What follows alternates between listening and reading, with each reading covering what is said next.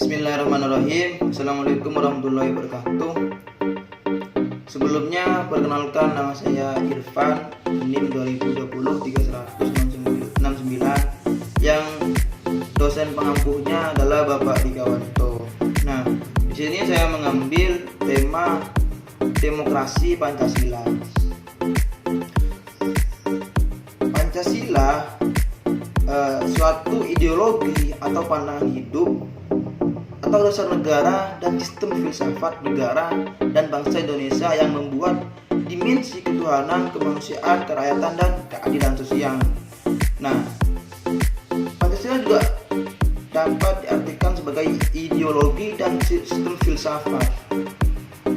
Nah, arti dari ideologi yaitu suatu yang memiliki sekumpulan nilai dan diyakini keberadaannya oleh bangsa Indonesia.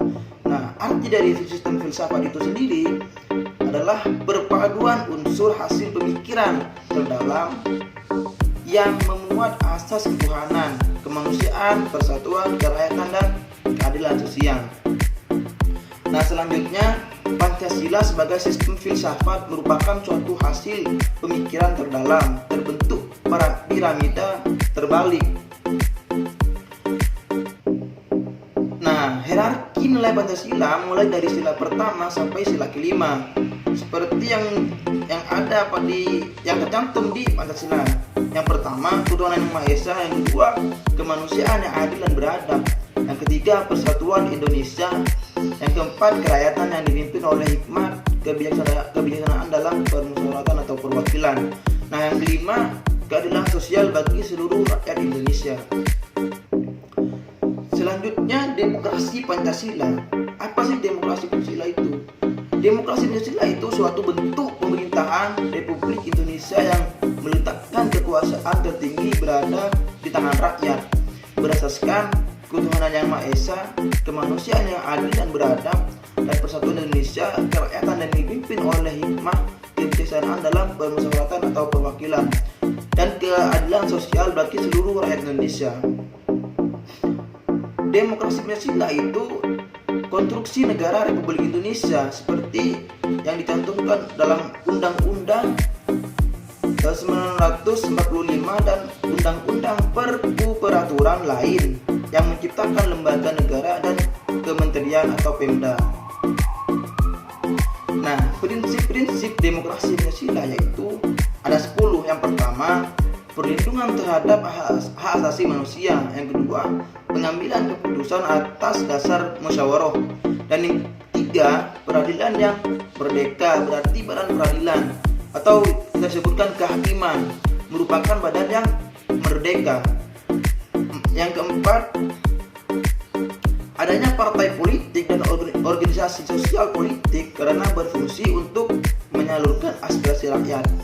Yang kelima, pelaksanaan pemilihan umum. Yang keenam, kedaulatan adalah di tangan rakyat dan dilakukan sepenuhnya oleh MPR. Yang ketujuh, keseimbangan antara hak dan kewajiban. Dan yang kedelapan, pelaksanaan kebebasan yang bertanggung jawab secara moral kepada Tuhan yang Maha Esa, diri sendiri, masyarakat, dan negara ataupun orang lain. Yang kesembilan, menjunjung tinggi tujuan dan cita-cita nasional. Dan yang ke-10, pemerintahan berdasarkan hukum. Nah, di sini juga ada 10 pilar demokrasi Pancasila.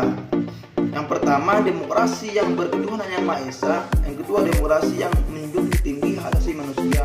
Yang ketiga, demokrasi yang mengutamakan kedaulatan rakyat. Yang keempat, demokrasi yang didukung kecerdasan.